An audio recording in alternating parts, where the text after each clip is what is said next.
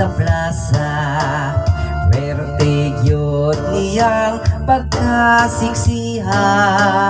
Ako siyang giduol o gipangutana, Miss, pwede ba mo tupad o magtsikata? Ako siyang gilingaw o gipakatawa. Werte gyud niyang pagkahimuota, kay nalingaw lagi sa akong mga chika. Talagsaon kuno ko nga laki nga nakalingaw niya. Dihang nagsuod na gyud ming duha, manoroy bisan asang lugara. O gipahuwas o gipahungaw ang akong pagbati niya. Kaluoy sa Diyos walasan kunya pakyasa. Mauna karon kami nagyung duha, kay kami nakahigugmaay o magpakasal na.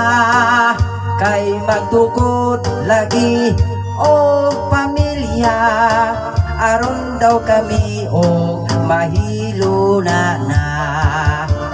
Silusa ang akong naasawa, kada uli mapuno ko sa kulata. Kay mga chismis mo to o man siya sa mga silingan, kay ako kuno na ay gikarida.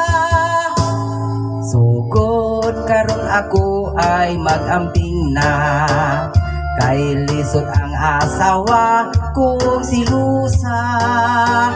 Kung naakay ika-istorya, dayon kasigasigahan sa iyang mga mata. Silusa ang akong naasawa, kada uli mapuno ko sa kulata. Kay mga chismis mo to o man siya sa mga silingan, kay ako kuno na ay gikarida. Mauna karon pwerte yun akong luuya, kay bantayan yun ko niya bisan og asa. Kung ako mulakaw daghan og pangutana, nganong nadugay kuno ko unsa narong orasa. Kung mauli sa nina ko simot-simhuton pa,